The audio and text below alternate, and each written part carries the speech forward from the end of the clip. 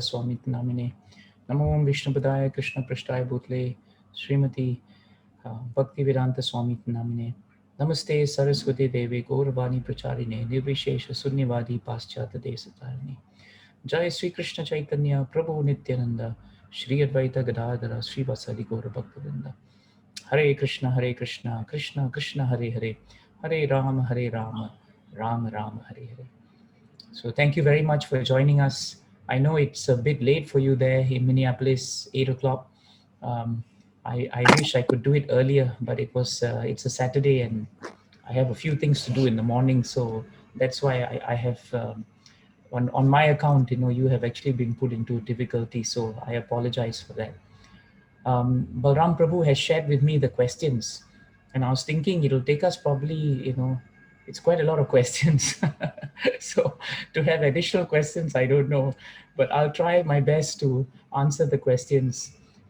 Sometimes, questions are difficult to answer, not because there are no answers, but because sometimes, we expect a certain answer. That is something we should be very careful about. In the material world, sometimes we have an answer, but we still ask a question. Sometimes we ask a question for an affirmation of what we are doing. And if the answer is not aligned to what we are doing, sometimes we don't accept it. In the spiritual world, if we adopt that policy, it becomes very difficult. Because in the spiritual world, the mode of approaching inquiries is one of humility and submission. And that is why Parikshit Maharaj, is considered such an exalted devotee, because he had this mood when he approached Shukadeva Goswami. He considered himself to be unworthy. He considered himself to have made a mistake and he was repenting. He considered that whatever curse that was coming on him was actually meant for him. And he saw the hand of Krishna in the form of the Brahmana's curse. So this is the mood in which Parikshit Maharaj sat down to hear Shukadeva Goswami. You see? So it wasn't just sitting down as an exalted devotee, even though he was. But the sign of an exalted devotee is that he genuinely is ready to accept the answers from the pages of Shastras.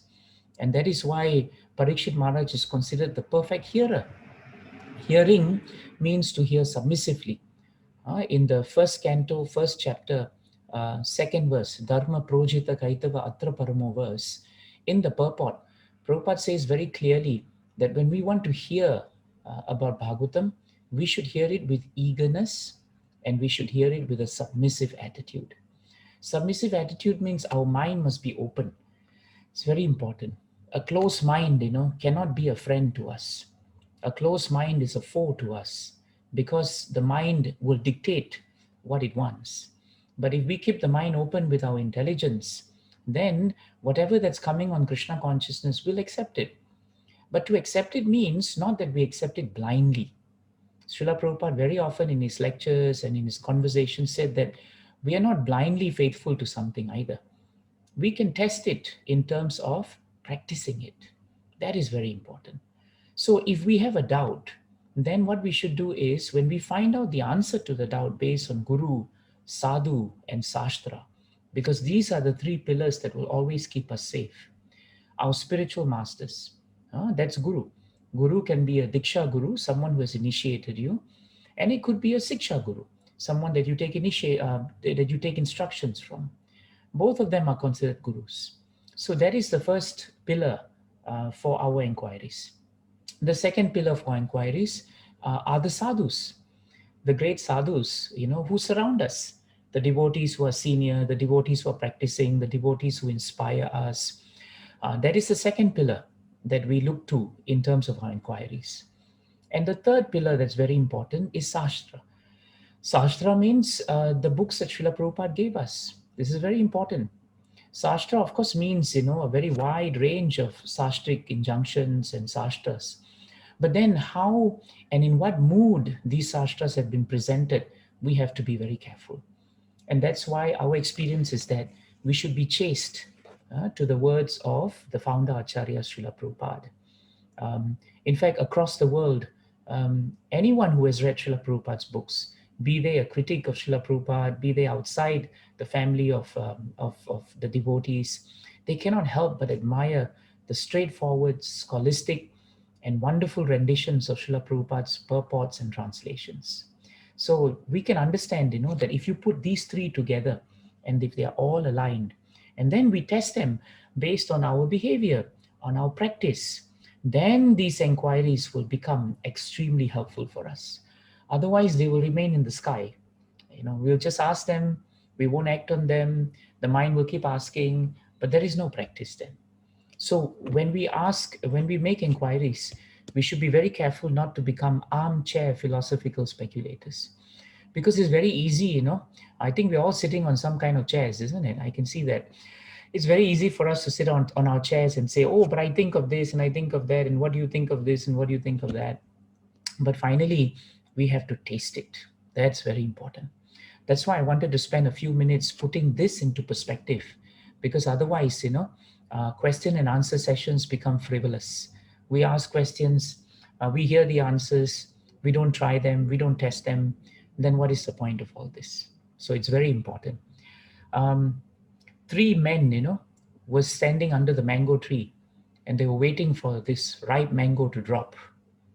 And the ripe mango was on the branch, and it was very ripe. And the whole objective of the three men, was to wait for that ripe mango to drop and for them to taste it. And while they were waiting, one bird, came and sat on the branch of the mango. At that point of time, a gust of wind came, and at that moment, the mango dropped. So the men picked up the mango because that was the objective of all that they were waiting for. Just when they were about to taste the mango, one of the men asked, what do you think caused the mango to drop? The first man said it was the weight of the bird on the tree. The second man said, no, it was the gust of wind. And the third man who asked the question said, I think it was a combination of both. And they went on and on and on and on. And this child, was just passing by. He saw the three men speaking about the mango, and he saw the mango on the floor. And he saw that while they were speaking about the mango, they were not doing what the mango was meant for. They were not eating the mango. So he picked up the mango and he tasted the mango and he said, this is very sweet. And he walked away with the mango.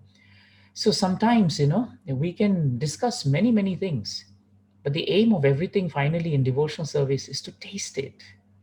What's the point of having the mango and talking about it, and in the end you don't taste it? So sometimes we are restrained and constrained and held back by questions to the point where we don't practice. And that is also not good. And because Kali is so powerful, and because the nature of the mind is so powerful, it'll give you various arguments why everything has to be in position before you can do something. But this is Kali Yuga, Prabhus and Matajis. There will never be a good day to practice devotional service. There will never be a good time to practice devotional service. And that means any time devotional service should be practiced, and any day devotional service should be practiced. This is a very important point we must remember. Before I try to start answering the questions, I want to refer you to one very important reason why I find that this session of queries is so useful for us. Bhagavatam speaks about this in the first canto, third chapter. I think it is the 39th verse, 1-3-39. Ateha dhanya bhagavantamittam yadva sudeve akila lokanate kurvanti sarvatmakamadma bhavam na yatra bhuya parivarta ugraha. Thank you, Prabhu. Okay, so we have this very nice verse. Look at the translation. Translation is really nice. Only by making such inquiries in this world can one be successful and perfectly cognizant. For such inquiries invoke transcendental ecstatic love unto the personality of Godhead, who is the proprietor of all the universes.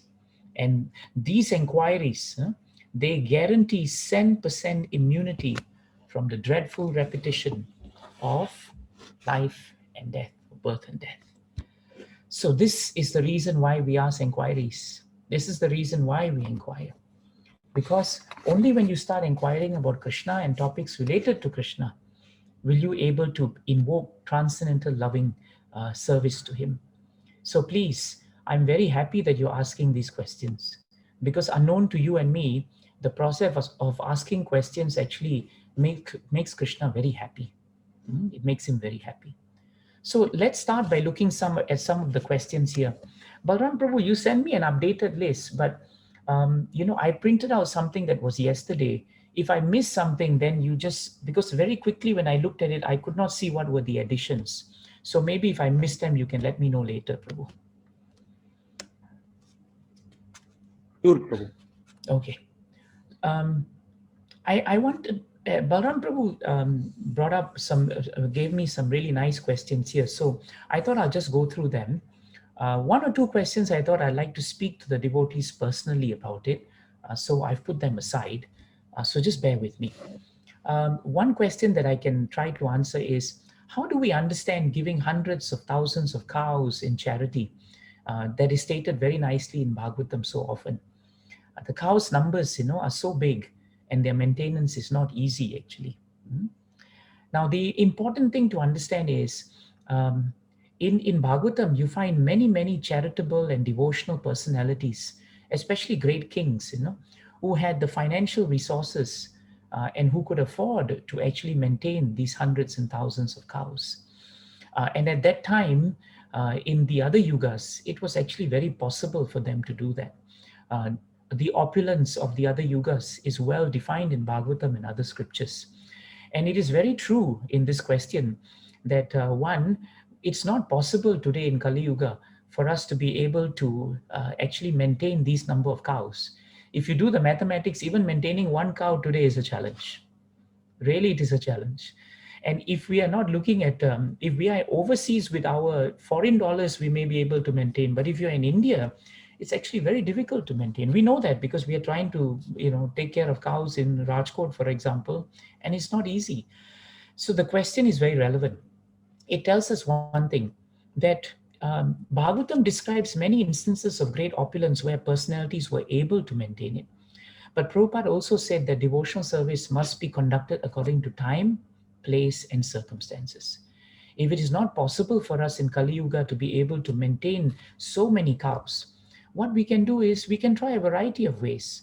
We should not stop trying to maintain cows.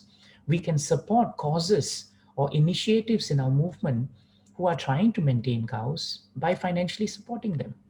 That is very possible actually. And in fact, many devotees do that. And many of these projects, they're very accountable. They let you know how many cows are being maintained. They tell you the breakdown of the cows.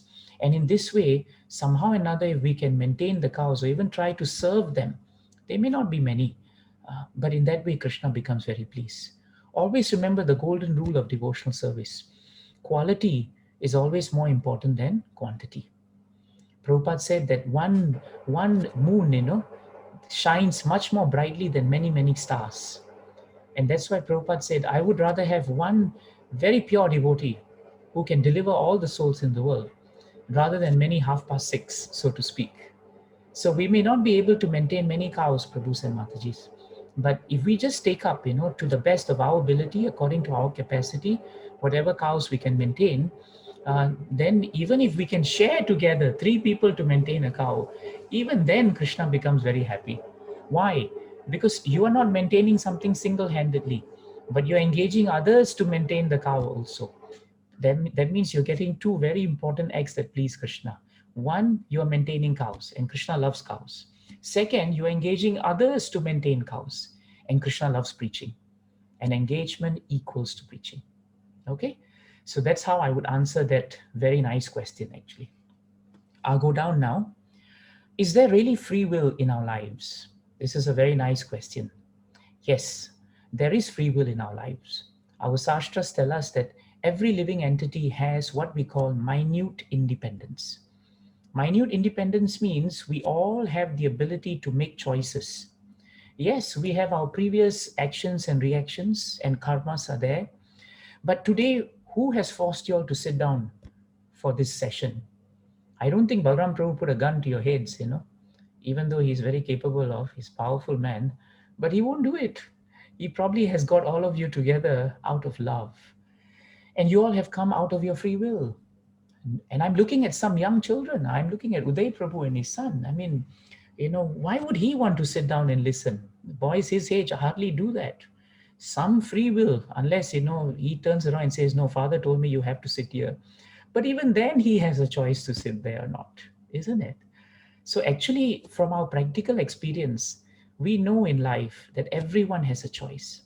The only question is how we exercise it. Sometimes people say, oh, but I have so little choice in life. But Bhagavatam tells us, even with a little choice, if we make a choice and Krishna sees us using our free will in his service, Krishna will increase our capacity to make the right choices. Why? Because Krishna is super soul in the heart and he's directing us. Sometimes people say, but if someone is directing you, where is your free will? Give a simple example of a father and child, right? The father will try to direct the child to do good things, but it's only a direction. Finally, the child has to walk the direction. Isn't it true? Someone may point out, Prabhu, if you want to walk to Balram Prabhu's house, you have to go straight, turn right. Direction is there, but you have to walk. You can't be carried there. So it is very true that there is always free will. But the extent to which we use our free will, whether for Krishna or away from Krishna, will actually decide the reactions of how we use our free will in the future. Supposing we say that, my karmas are so bad in the past that I find that I'm boxed in, I have no free will to do anything because of circumstances. Even in that situation, you all have the free will to chant Krishna's names, isn't it? Even in the most difficult situations, we have the free will to chant and remember Krishna. Who stops us from chanting? Who stops us from remembering? No one has a monopoly over that. That monopoly is in your hands, actually. We all have the free will to wake up for Mangala Arati. We all have the free will to sit down today and be a part of this Sangha. So there is really free will in our life. Make no mistake about it. Bhagavatam and all the world religions never speak about spiritual life as being fatalistic. Then sometimes people may say, but then in Bhagavatam, it is always stated that Krishna is fully in control of everything. Then what does it mean? When we say that Krishna is fully in control of everything, it means that not even a blade of grass in this world is moving without his sanction. Sanction. The word sanction is very important. The best way to explain sanction is this. Supposing I want to go to US now, and I'm flying from Singapore.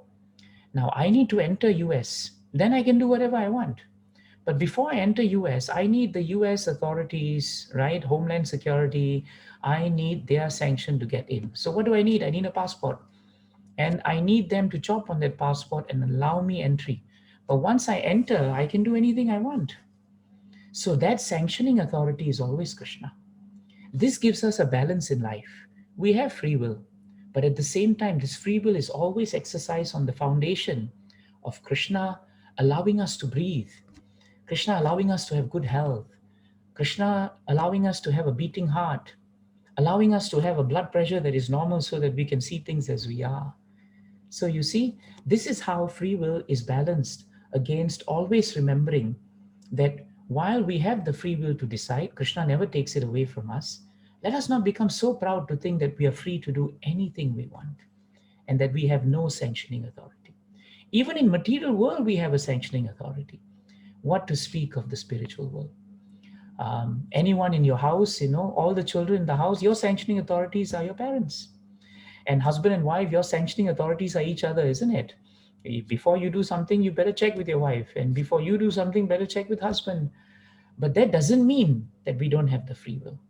I hope you understand this dynamics between free will and the sanctioning authority of Krishna.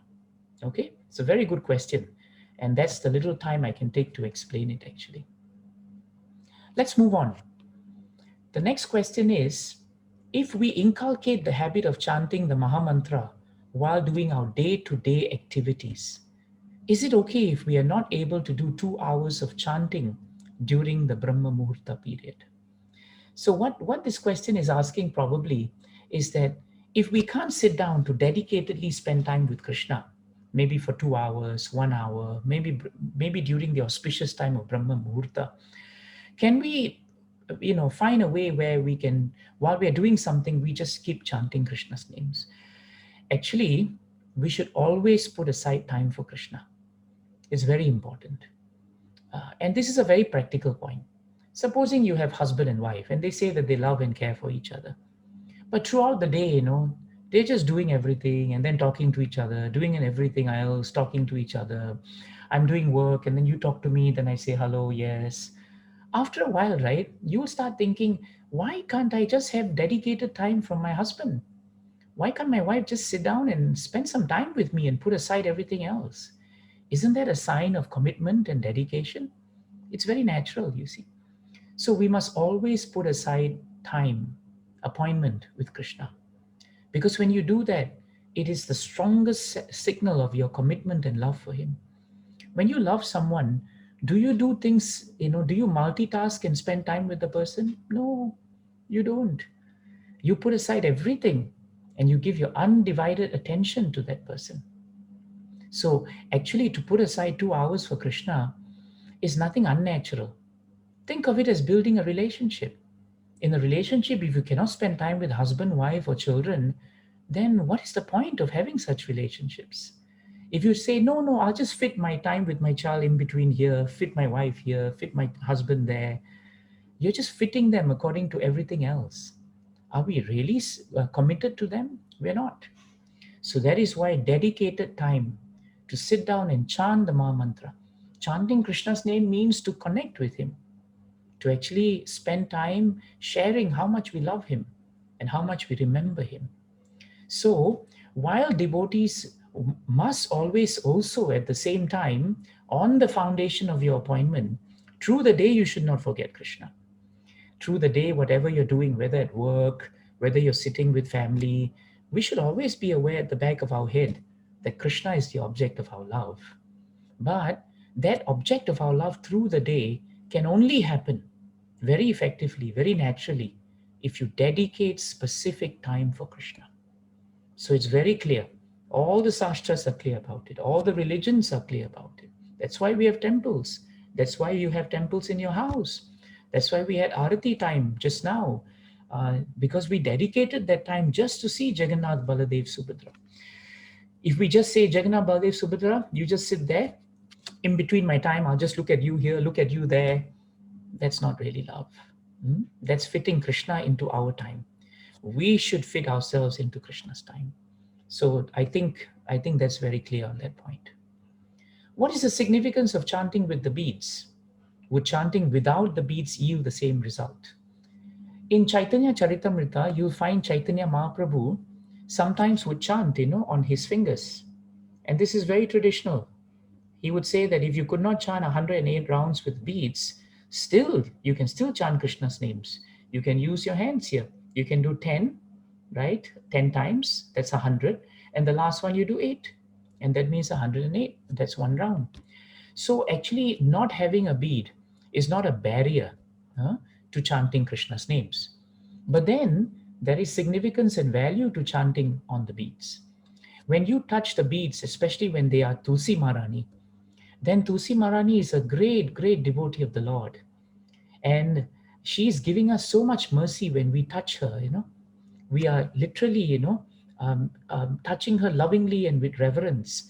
And because she's a great devotee of the Lord, by touching her and paying obeisances to her and asking her, for her blessings, we will make advancement in devotional service. This is very important. Sometimes we take it for granted. We just pick up the beads and we chant. But we don't realize these beads are not ordinary beads. These beads are made from Tulsi. And Tulsi is the most favored and cherished devotee of the Lord. Even if you chant on neem beads, right? The neem tree is sacred to Chaitanya Mahaprabhu. And therefore, even that is very pleasing to Krishna. So that is one significance of chanting on the beads.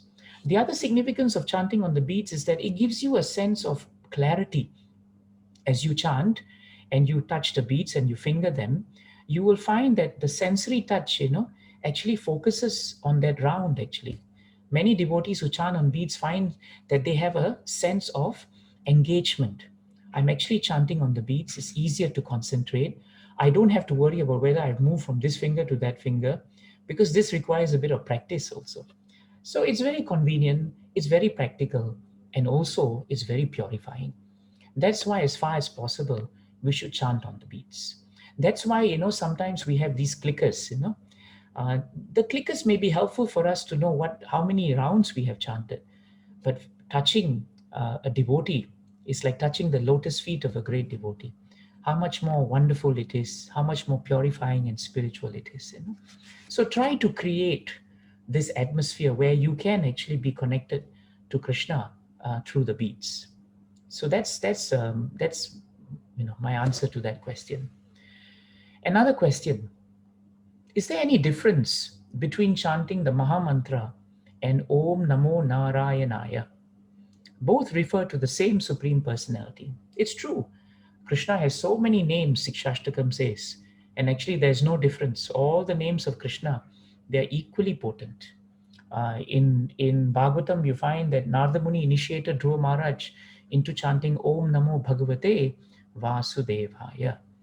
So definitely chanting of Krishna's names, Govinda, Madhava, Keshava, Narayana, they will always be beneficial. Ajamil chanted, his son's name, right? He named his son. Of all things, he named his son Narayana. And when he named him, that saved him actually from being taken away by the Yamadutas. So there is so much in Bhagavatam to show us that the names of the Lord are very powerful. Then we may ask, why are we chanting Hare Krishna Maha Mantra?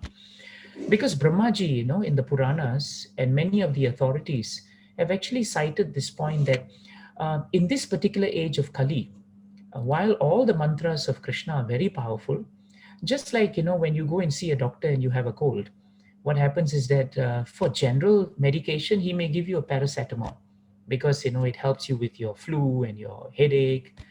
But what happens if you have a specific issue at a specific time? Sometimes the medication could be more specific. So that is why, it is stated in Kali Yuga that the chanting of the holy names, first of all, the chanting of the holy names is the only means of deliverance. So chanting Krishna's names, whatever his names are, will always deliver us. And of all the names, Brahmaji states that actually the chanting of this Maha Mantra, Hare Krishna, Krishna Krishna, Hare Hare, Hare Rama, Rama Rama, Hare Hare, is specifically recommended. It's a recommendation.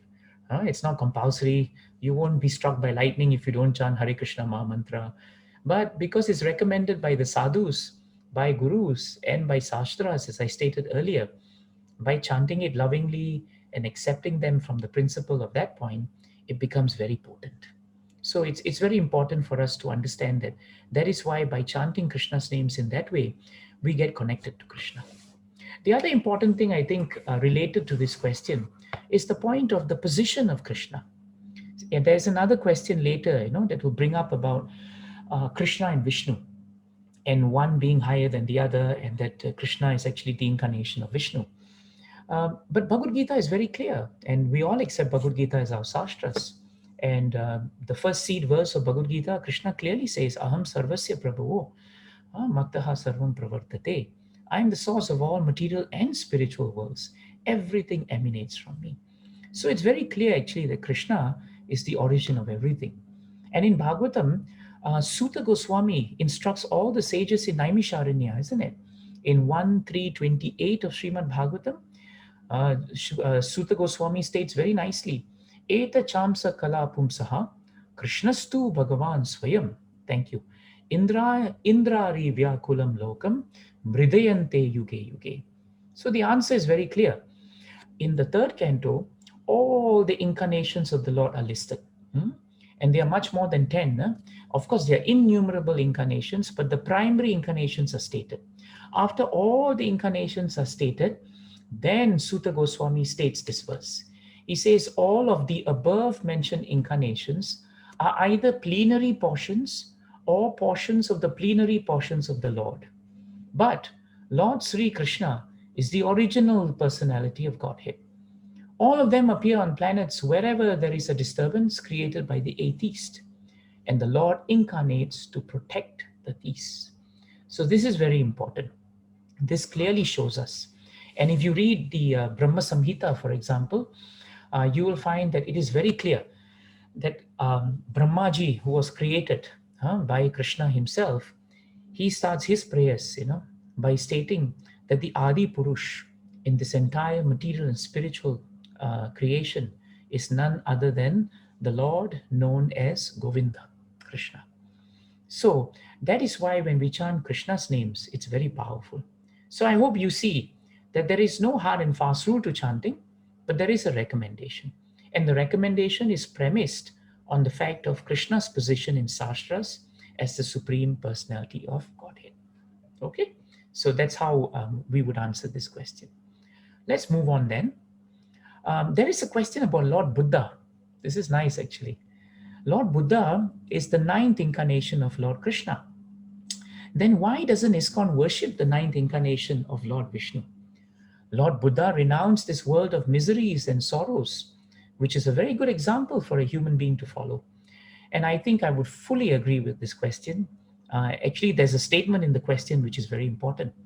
There is no accident why Krishna would take on the incarnation of Lord Buddha. No, it is not accidental. But you must also remember, as stated in the verse that I just quoted just now, and it will be stated in Shastras, every incarnation that the Lord takes has a specific function. Specific function.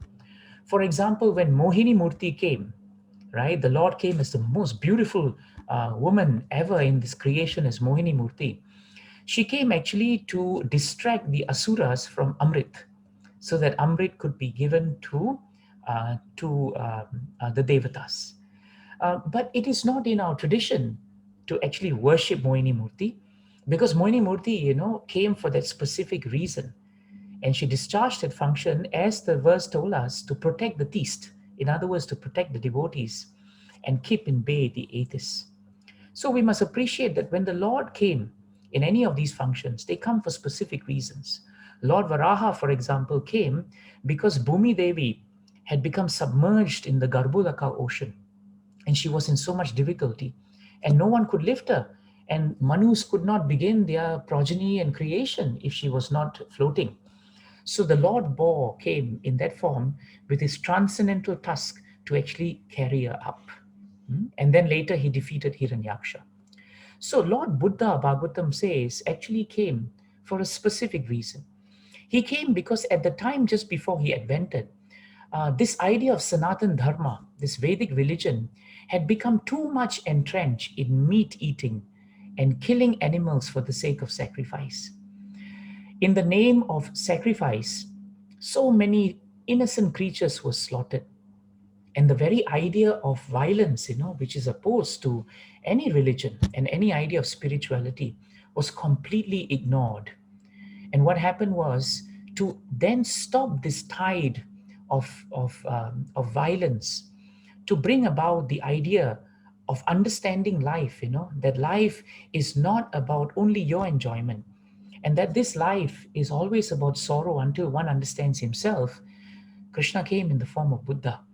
And when he came, he specifically stopped and condemned violence towards creatures. And he gave them what we call the middle path, the path that takes you away from sorrow and that brings you to eternal peace. But the only thing that Buddha did not emphasize on as the Lord was this idea of the concept of God. That's why you'll find in Buddhism, the specific reason why he came was to emphasize the concept of not being violent to other creatures, because other creatures also possess a soul. But at that point of time, the emphasis was that, as opposed to the emphasis of a spiritual personality or supreme personality of Godhead. So that is why when you read Prabhupada's writings on Buddha, you find Prabhupada very often says that it's very important for us to take why Buddha came. It's important for us to understand that the principle of non-violence is still very much prevalent in our Vedic culture because of Buddha. That's why all devotees refrain from eating meat, fish, and eggs. This is the emphasis that Buddha actually gave us. And in many ways, we are extolling him and following in his footsteps because this was the purpose for which he came. So in one sense, it is already there for us as devotees. And it may not be entirely accurate to say that we are not following what Buddha has actually stated. And you're right. His example is a very wonderful example for all human beings to follow. Okay, so that's how I would answer that question. Next question is a very interesting scenario. The scenario is, say someone is a materialist. He's not an atheist, He has some, belief, but he's not like a practicing devotee, for example. And then another person is a spiritualist, a devotee. What happens is that this person who is, say, A is a materialist in one sense. He is actually very happy supporting, devotees and supporting their projects, but he's not so interested in bhakti. But what happens is, because he's very enthusiastic, he's good natured, he actually helps. However, he has this issue. He always thinks that because of my money, because of my support, that's why the devotees can do very nicely. So then what happens is he takes all the credit for himself. But the devotee that he's relating to is in an awkward position. The devotee is very thankful that this person is helping, but the devotee keeps thinking that actually it's not correct to say that it's only because of your donation that we can do all this, because actually even your wealth is dependent, right, on the mercy of Krishna. Krishna is the one who's giving you everything. So it's not right for you to take credit for all these things. So how does a spiritualist or a devotee handle such a person? In a very careful way, just to remind him not to be too proud of who you are, but at the same time build a good relationship. Now, this is a challenge that all temples and congregations face, because sometimes you have very good-hearted people and they want to support, but they fail to understand sometimes that the source of their wealth is actually coming from Krishna.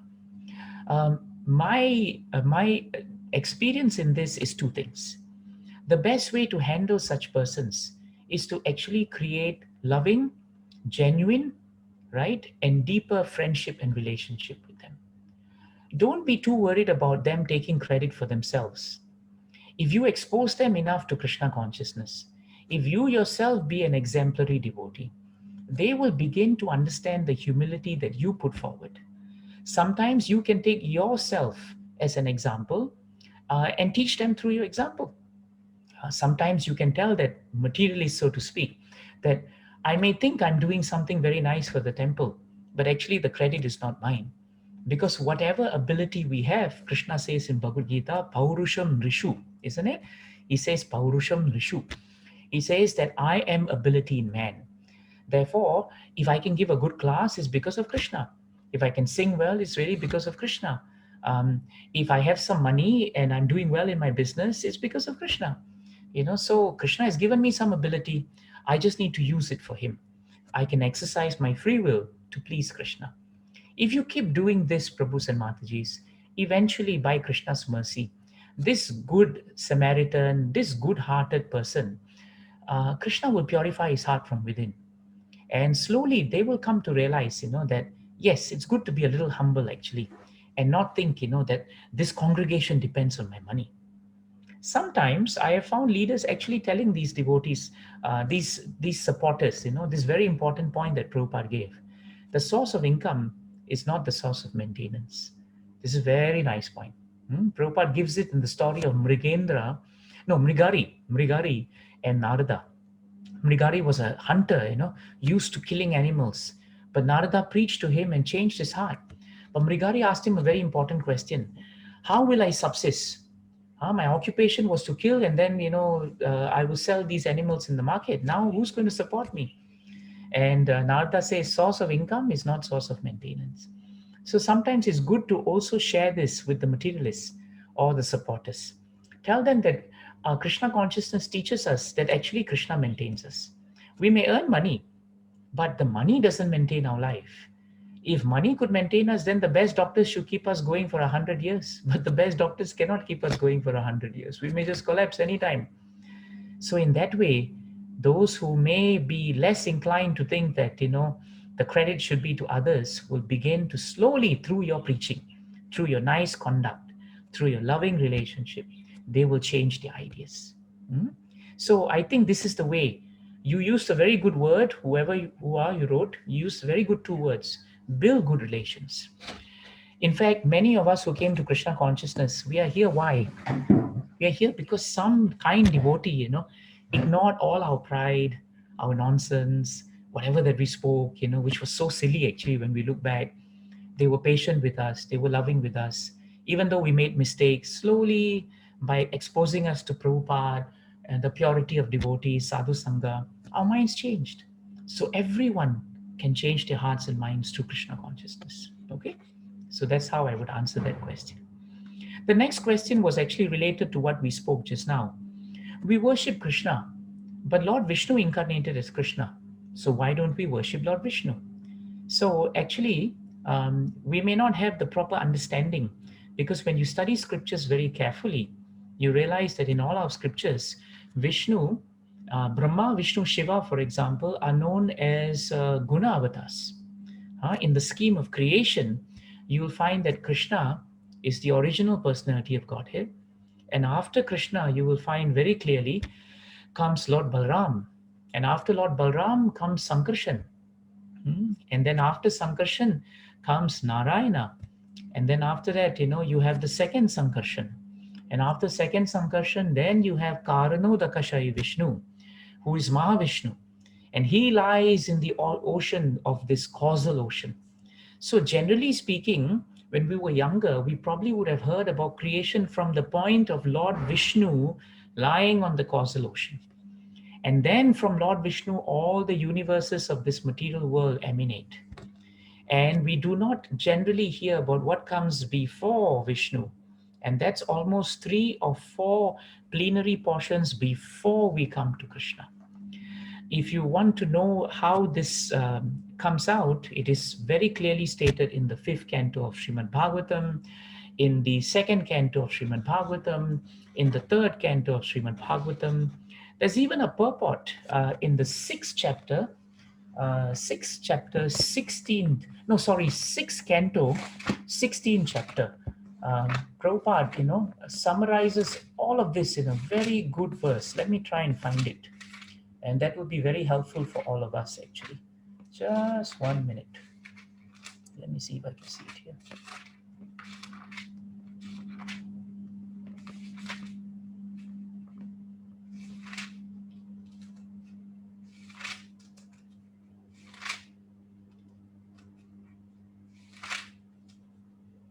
Yes, 6:16:37. Sorry, this one volume Bhagavatam, the letterings are very small, and I realized that even with my glasses, I'm finding it difficult to read. So bear with me. 6:16:37. Yes, in the purport, very nicely it is stated here. Prabhupada first of all quotes the Brahma Samhita. And Brahma Samhita is actually considered by all scholars around the world as what we call the Brahmasutras. Some people, if you come from the Mayavadi school of philosophy, you'll know it as Brahmasutras. If you come from the Vaishnava school of philosophy, you'll know it as the Brahma Samhita. But it's spoken by Brahma, who's acknowledged as the authority. And look at the purport. The origin of the material creation is Mahavishnu, who lies in the causal ocean.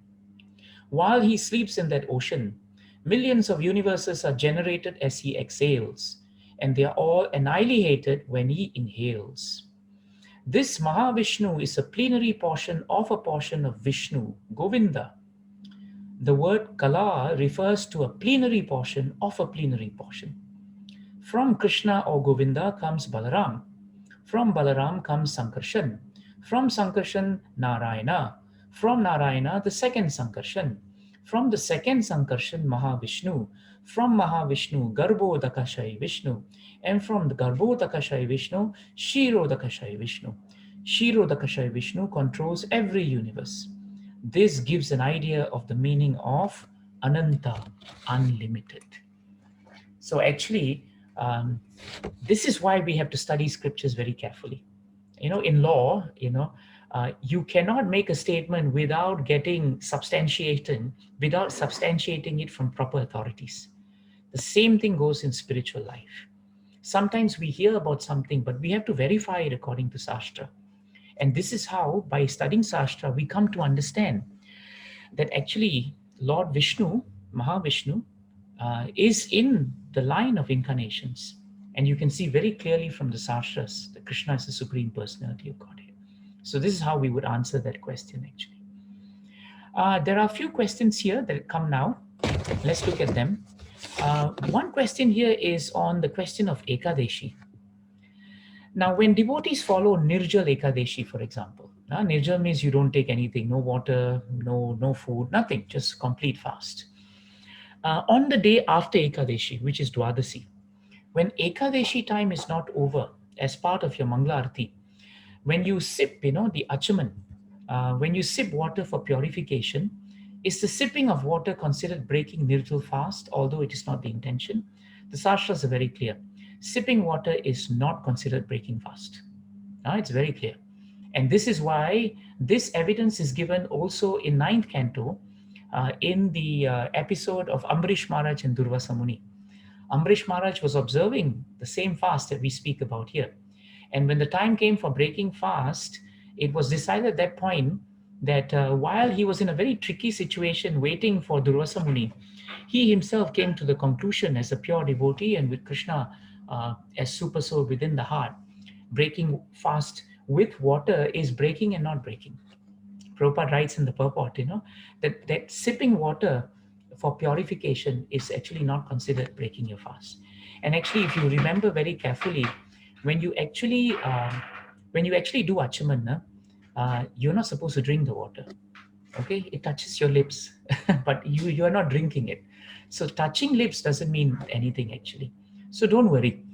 It's more important to do Mangala Arati, because the whole purpose of Nirjal is to remember Krishna. So even if you have some discrepancies here and there, chanting of the holy name renders all discrepancies into something which is faultless. This is very important. Please always remember, in Krishna consciousness, it's the principle that's important. The details are always secondary. If the details become more important than the principle, then we have forgotten the purpose on why we do these things actually. So if you are to be very particular about Ekadashi, then the reason why you're particular about Ekadashi is that you should be chanting as many rounds as possible. You should be remembering Krishna as much as possible. And you should not be too concerned about the fact that you are fasting. Fasting by itself is nothing. Hiranyakashipu fasted. Hiranyaksha fasted. Ravana also fasted. These demons can fast much better than us devotees. I'm telling you, they could have Nirjal for years and years and years. But what was the purpose of the Nirjal? They could not remember Krishna. They were not favorable to Krishna. They looked down on others. They were proud of their austerities. So if we fast on Ekadashi and subtly we become very attached to the details and we forget that it's supposed to make us remember Krishna, we've missed the point. So this is a very important question because it gives us, it allows us to explore why Ekadashi is there in the first place. Okay, so I hope it's helpful in that sense. The next point is interesting. What happens if we are in social gatherings, community, and there's some potluck at work, where each one brings food and they all bring food which is not offered. Very often it's meat. And then, there's alcohol, there's meat, there's onion, there's garlic. And then all of a sudden you bring prasadam there. Is it considered sinful for people serving, is it bad that you bring prasadam? Are you causing some kind of sin or doing something wrong? Absolutely not. Absolutely not. What is the alternative to that? That you should bring non-prasadam? If you bring non-prasadam, then you will eat non-prasadam and you will make others eat non-prasadam and they are already eating non-prasadam. So when you think of it logically speaking, wherever we go, very often devotees are encouraged to bring a bit of Krishna consciousness with them. So if you go to a gathering where people are talking about material things, if you speak about something spiritual, you're bringing some Krishna there. If, for example, you come to a potluck gathering and you bring food which is prasadam, unknown to them, those who actually eat that prasadam will become purified. Like, our children, very often they have these birthday parties, isn't it? That they have to go with their friends. So what we do is, we prepare nice dishes, which are actually pizzas and whatever else, but they're all offered and they're prasadam. And so the children become happy because they themselves become ambassadors of Krishna consciousness. They ask their friends, please eat it, eat it. I know many families who make sure that their family pack a little bit extra so that when they go and during canteen break, unknown to the children, they are actually doing food for life. They give it to others also. They may not accept anything else, but they are very happy to give prasadam to everyone. So there's no sin, Prabhus and Matajis, nothing at all in that way, So please be happy to bring prasadam. When you have non-prasadam and you bring prasadam, you are bringing Krishna consciousness to a material atmosphere. And Krishna will bless you for that. Mhm. The next question is the question of the mind. The mind, always wants to run away from dedicating time to devotional service. How true, isn't it? The mind will tell you sweet things, favorable arguments. You should delay your service today because you're very tired. You work very hard. Today, sleep a bit more because if you wake up for Mangalarti, you'll fall sick.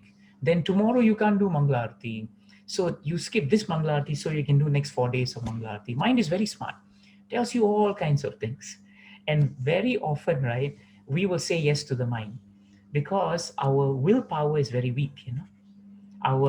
We are not using our independence well, and this is where the mind becomes very powerful.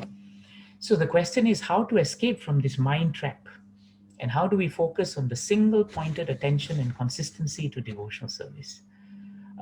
In Bhagavatam, the fifth canto of Bhagavatam, I think it is the 11th chapter, 11th chapter of the fifth canto. All the verses there speak about how to control the mind and the nature of the mind. Remember one very important thing. You can only control something that when you understand its nature. Isn't it true? Think about it. If you understand your children's nature well and you study their nature, you will learn how to manage them. If you know your wife's nature, hopefully you can manage her. If wife knows husband nature, hopefully, he can be managed also. If we know our boss's nature, we learn how to manage them, isn't it? So we should also learn about what is the nature of the mind. Very important. And the nature of the mind is given very nicely in 5:11:17 of Srimad Bhagavatam. 5:11:17. Let me see if I can get it here. I think Balram Prabhu, knowing him, he'll definitely put it up, but I'll take mine also here. Now, 5:11:17. I projected, Prabhu. Good. Thank you, Prabhu. This verse is very important. This verse is given by Jadabharat to King Rahugana. And this is the conclusion, that he gives very nicely. So he tells us first the nature of the mind. This uncontrolled mind is the greatest enemy of the living entity. So we should accept that mind, is very powerful. If you neglect the mind, in other words, if you give it a chance, it will grow very powerful. So first thing we should understand is don't neglect your mind. Neglect means don't let it wander around too much. Always try to engage it. Because if you just let it run, then you will run with it and it will become very victorious. The next point we should understand is the mind may not be factual. Factual in the sense that if I cut up my head today and see my brain, you will not be able to find the mind. It is subtle. You'll only see brain. But nobody can say, hey, this is the mind. It's subtle. But it is very strong. And it can cover the constitutional position of who you are. It will tell you, I'm this body. When actually you are not the body. There's only one way not to fall into the trap of the mind. Actually, there are two ways. And this weapon is given very nicely. The weapon is that you conquer this mind by service to the lotus feet of the spiritual master. Very important. Conquer this mind by the weapon of the lotus feet, of serving lotus feet of the spiritual master and serving Krishna. And how do you do this? You do this with great care. Very, very important. Very important. Look at the purport. Prabhupada says even more. There is one easy weapon with which the mind can be conquered. Neglect. Now he's using neglect in a different way. Yeah? The mind will tell you, do this, do that. Isn't that the question? Tell you, do this, do this, do that. But we should become very expert in disobeying the mind's order. Very nice. It is an art, We should train the mind to obey the orders of the soul. And how do you do that? Of course, Bhakti Siddhanta Saraswati Thakur gave a practical way of doing it. Just take the shoe and beat your mind as many times as possible in the morning and at night. And if you do that after a while, you will not listen to the mind so much. If you want, you can try it. And if you do it in front of your family members, it becomes a bit embarrassing, but it'll ensure that you don't want to hear your mind. So that's one nice practical instruction. The other instruction that's nice is please serve the orders of the spiritual master. Very nice. Follow the orders of the Guru. If you're not initiated, follow the orders of Prabhupada. Please, follow what Prabhupada has given. if you follow what Prabhupada has given, then Prabhupada will bless you to always be able to control your mind. So this is how we control the mind. One time, one devotee asked Srila Prabhupada in Leelamrita, Prabhupada, this mind is always going here and there. What should I do? And Prabhupada said, you must drag the mind back. Every time it goes away, drag the mind back. See how nice. You must drag the mind back. So, Prabhus and Matajis, there'll never be a day when your mind will cooperate. But that's the nature of the mind. Instead of wasting time, becoming frustrated with the mind, understand its nature. Its nature is to tell you not to come to Krishna. But you must have the intelligence to cross that nature and somehow or another engage the mind. They say, isn't it, an idle mind is a devil's workshop. That's why Prabhupada wanted us to be engaged. The moment your mind is not engaged in chanting Krishna's names or doing something for Krishna, it will find some fault in someone, it will find some fault in a situation, it will criticize, and it will drag you down. Be very cautious and do this with great care. This is very important. So that is the answer based on Bhagavatam. Let's look at preaching now. There are local communities that you all are preaching weekly Bhagavad Gita discussions. And many devotees in these local communities, they have different backgrounds and beliefs. Without hurting their feelings, how do you break the ice? How do you introduce the Hare Krishna Maha Mantra? When is the right timing?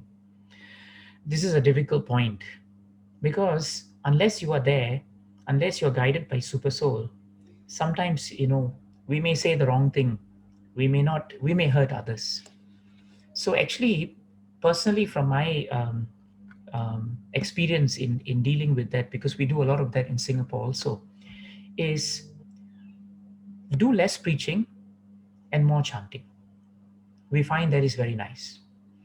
In the beginning, Prabhupada did that with his disciples also. He did so much of chanting. And when we introduce chanting by just chanting Krishna's names in this way, nobody objects actually. You'll find that they just love the chanting so much that they are not ready, they don't object to you singing Hare Krishna Maha Mantra.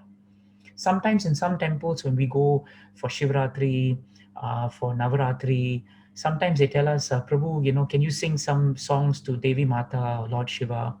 And I honestly tell them, I don't know how to do that. I'm only trained to sing Hare Krishna Maha Mantra. Is that all right? And when they hear that you're honest about saying, this is what I can do, they say, no, it doesn't matter. Everything is the same. And for you, that argument is useful, isn't it? Because it gives you the chance to chant Krishna's names. So you just chant Krishna's names, glorify the Devatas. The Devatas are much greater than us, isn't it?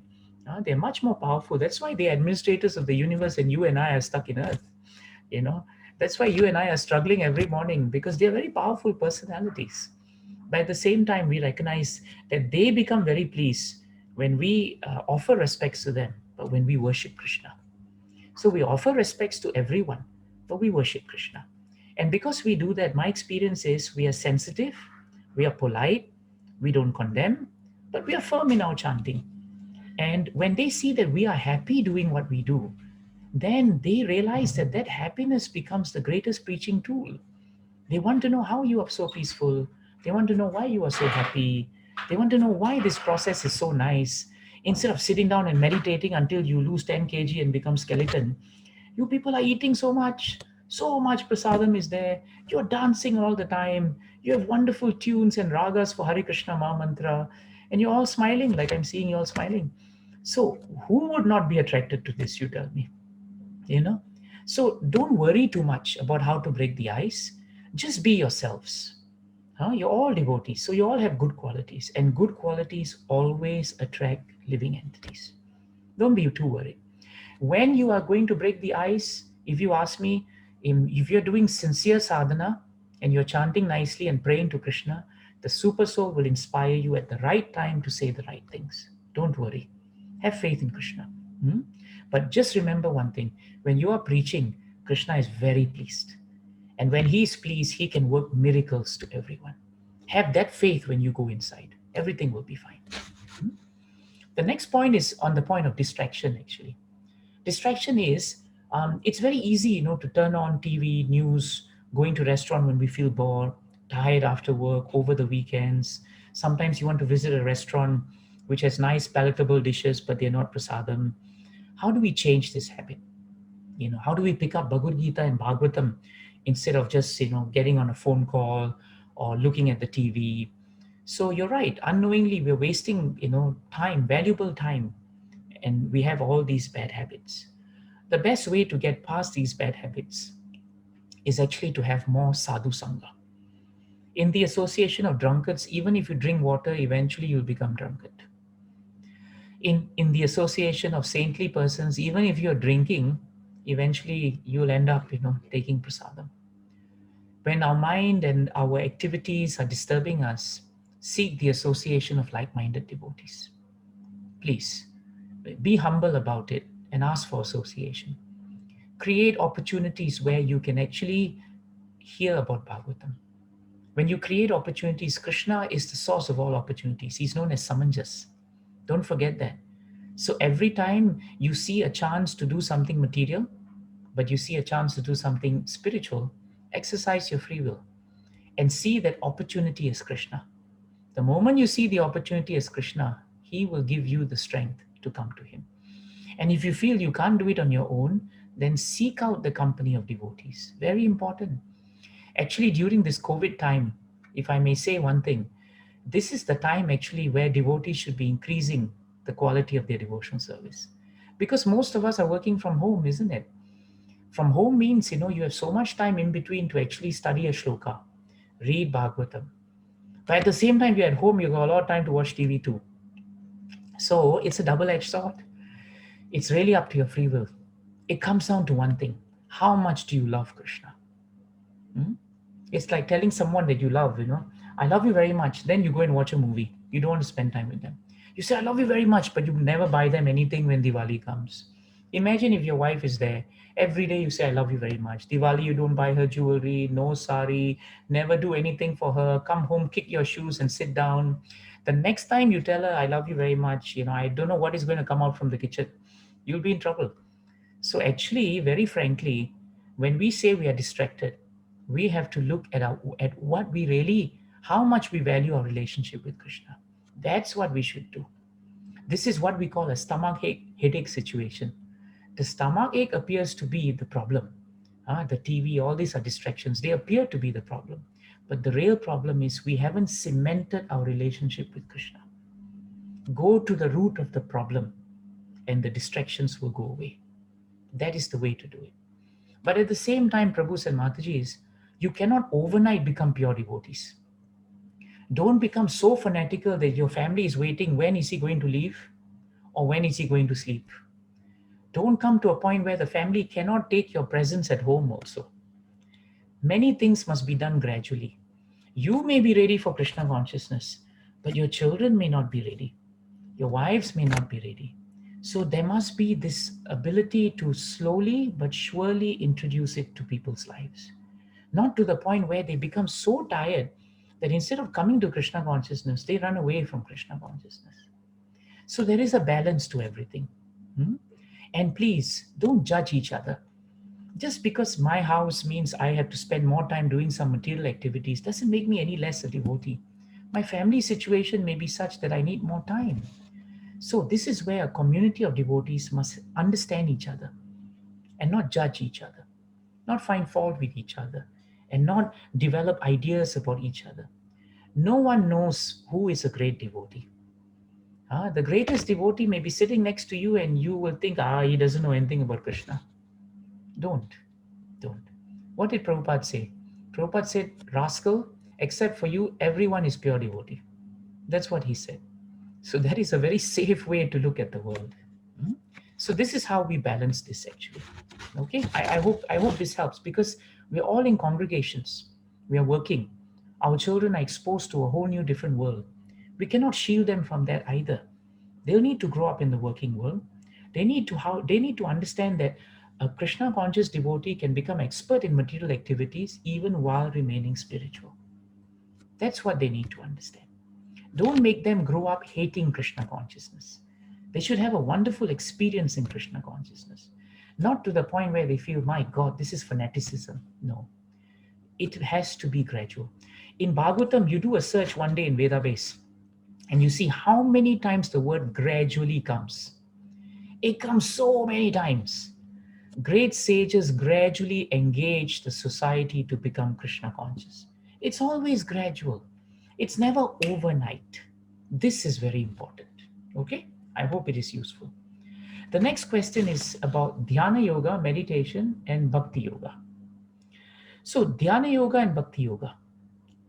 The question says that these days, there's also a lot of influence from other gurus from outside, the movement on what we call meditation. But when you read the Gita, you find Arjuna himself in the 6th chapter, 5th chapter, he says it's very hard to control the mind. And yet you find many of these personalities, they say, that actually just by meditation, you can become very peaceful. So can we consider this as being misguided? Yeah, in one sense, it is not totally accurate what they're saying, because it's very difficult to meditate. In this day and age, if you sit down to meditate, and if you meditate on something which is not even there, very often their meditation is on formlessness. It's very hard to meditate on something which is formless. I have an uncle, who lives very close by. He keeps telling me, your chanting and all is not, it's very hard to concentrate when you're chanting. I sit down and meditate for 3 hours, I'm very peaceful. But his grandchildren say that actually that 3 hours he's sleeping, but he thinks he's meditating. So my point actually is that chanting the names of the Lord is very practical. You go to Christian and Catholic faith, how do they meditate? They chant on the rosaries. They chant the names of God on the rosaries. You go to the Muslims have 1,000 names for God, and they have their own rosaries and they chant. So it's very clear that in Kali Yuga, all the world's major faiths actually say that the best way of meditation is to chant aloud, or at least enough for you to hear. Shravanam, right? Shravanam is so important. So it's a practical thing. You can try, but you find it's very difficult. So we don't even have to go on the basis of Shastra. It's just common sense. It's much easier to chant Krishna's names. You can take japa walks, for example, and chant Krishna's names. You can sit down and have dedicated appointments with Krishna. So there's so many ways to do that. So we should be very careful, because what Krishna stated in the Gita, and the Gita is our principal scripture, it's a principal scripture for everyone who even claims to be a Hindu. So then we should actually enforce the importance of Nam Sankirtan as the right prescription for Kali Yuga. Very true. Dhyana Yoga simply means that we meditate on Krishna. Meditation means remembrance. That is what Bhagavatam says meditation means. That's a very important point. So when we look at others who are following meditation, let's not judge them. Please, let's not get angry with them. Let's not think, I'm on higher ground. The whole point of devotional service, you should be humble. The moment you think you're on higher ground, you've missed the principle, but you're attached to the detail. Remember? That's very important. We do not take Bhakti Yoga to say the whole world has gone to hell and only we are going to go back to heaven. No. Everybody has a way to Krishna. Right? In chapter 4, text 11, Ye yata mam prabhadyante verse, Krishna says everyone is somehow or another searching for him. Somehow or another, everyone is searching for him. In the 4th Chatushloka of Bhagavatam, 2:9, 34, 5, 6, 7, 37, it is also stated that everyone is searching for Krishna, and Krishna is the ultimate goal. So in different ways, in different times, everyone comes eventually to Krishna. So dhyana must be understood in the sense of remembrance. If we are chanting his name and not remembering him, we have lost the point of dhyana. See the point? So even while we chant Krishna's names, the object of chanting Krishna's names is to please him and to remember him and to be engaged in his devotional service. So if you're meditating on the Lord, then the natural movement from meditation is engagement. So that is very important. That's why my Guru Maharaj used to say, Bhagavatam in one hand, Dasta in the other. That is dhyana. That is actually dhyana. Okay, so it's a very nice question. The next question is focus on chanting. There's always a challenge for focusing on chanting, and you're in good company. If you've asked that question, you're really in good company, so don't worry about it. We try different methods. Sometimes we sit in front of Krishna, we hear, we chant loudly, we slow down the speed of the mantra, but still we lack focus. But we are convinced Krishna is supreme, And we are convinced there's only one way, and this is the way, and yet we are struggling. So, what to do? What to do? The question then is this: be patient. Be patient. One of the very important qualities, 6 favorable qualities in Nectar of Instruction that Rupa Goswami brings up: confidence, patience, enthusiasm. Very important. These 3 are very important. They are all cousins. Even though even though we are devotees and we really want to chant, Kali Yuga's influence is so powerful that it finds a way to try and make you not chant. It's like that. It's the nature of the world. You must accept that we are in Kali Yuga. Once you accept the rules of the game, playing it is easier, correct? If you're going to play chess, you have a chessboard. You can't keep telling the person, this is not chess, this is backgammon. You can't say it. You'll never play the game. So accept that this is Kali Yuga. In Kali Yuga, the mind will disturb you. In Kali Yuga, the mind is fickle. In Kali Yuga, we always quarrel. In Kali Yuga, we are always disturbed. So accept that these are there. They are denominators. But despite all that, every time there's an issue, the fact that we are trying to chant pleases Krishna. The fact that we are trying to go to the altar to see Jagannath pleases Krishna. And every time we do that, and every time we are confident that by doing that we are progressing, every time we are patient that progression will take time. It's not up to us, it's up to Krishna. Be patient. And we are enthused. We're not losing faith, we are making progress. Sometimes people say, how do I know I'm making progress? I have all these difficulties. The fact that you're having difficulties show you're making progress. When you are actually on the right path, there will always be difficulties. There is a very good sign of progress.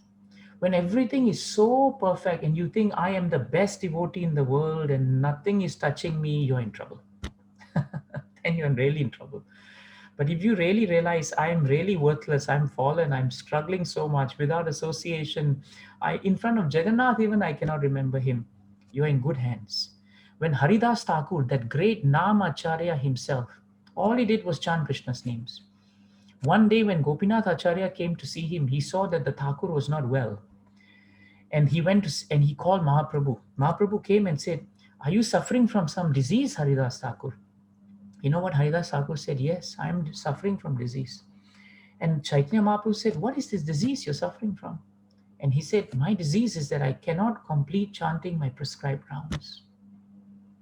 And this is the Namacharya himself. If the Namacharya himself says, I'm struggling to complete the rounds, you are in good company. Don't worry. Be patient. My Guru Maharaj always used to say, if you're not patient in devotional service, you'll end up being a patient. And that patient we don't want. Be patient. Time will come. But this is where we must depend on Krishna. All the points that you mentioned, they actually help us focus.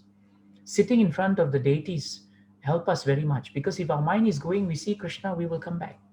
Chanting loudly is very helpful. Chanting amongst devotees is also very helpful. I know you all have this very nice chanting gatherings where you call each other, wake up each other. That's very helpful. If not for anything, you feel, oh my God, I'll be very shy if I can't get up also. So I better get up also. By hook or by crook, we are being engaged. Don't worry. Ignore those difficulties. The mind will enlarge the difficulties and tell you, for all these reasons, you should just give up bhakti. No. For all these reasons, you should continue bhakti. In Bhagavad Gita, it is nicely stated in 18th chapter, happiness in the mode of goodness means something that you start is very unpleasant and tastes bitter, but in the end it becomes very sweet. Very important. Happiness in the mode of passion and ignorance is the opposite. Something starts very sweet and ends up very bitter. Devotional service is like that. In the beginning, for many years, it's a struggle. But if we are patient, enthusiastic, and confident, we'll get through it. Don't worry. It's only a question of time. Be patient. We have a few more questions here. I'll try and finish them. Our program today was from 9 to 10:30. So Balram Prabhu, I only have 10 minutes more. And I will take maybe at the next question, and then we'll probably have to wind down. Sure, Prabhu. The next question is from Bhagavad Gita 264. 264, it is stated actually that Lord Shiva was deep in meditation, but when Parvati agitated him for sense pleasure, he agreed to the proposal, and as a result, Kartikeya was born. When Haridas Thakur was a young devotee of the Lord, he was similarly allured by the incarnation of Maya Devi, but Haridas easily passed the test because of his unalloyed devotion to Lord Krishna. Is this example applicable for a Grihastha? Because Shiva here was in Grihastha ashram, he was legally married to his wife. And so while he was meditating on the Supreme, his wife wanted a child and therefore he gave it to her.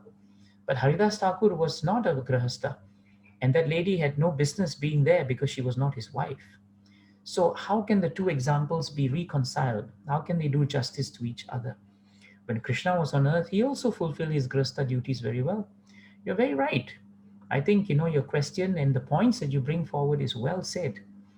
The point is sometimes these purports come because the acharyas want to make a specific point. The specific point here is that when we chant the Hare Krishna Maha Mantra, right, the senses are very much, whether we like it or not, the senses can come under control much faster. Haridas Thakur needed it because he was being challenged, by the advances of a woman in the dead of night. And not being a Grihastha, he was not inclined to serve her actually. So in this day and age, we follow the example of Haridas Thakur because very often, even though we may be in Grihastha ashram, there is so much of influence in Kali that we can be distracted if we are not careful.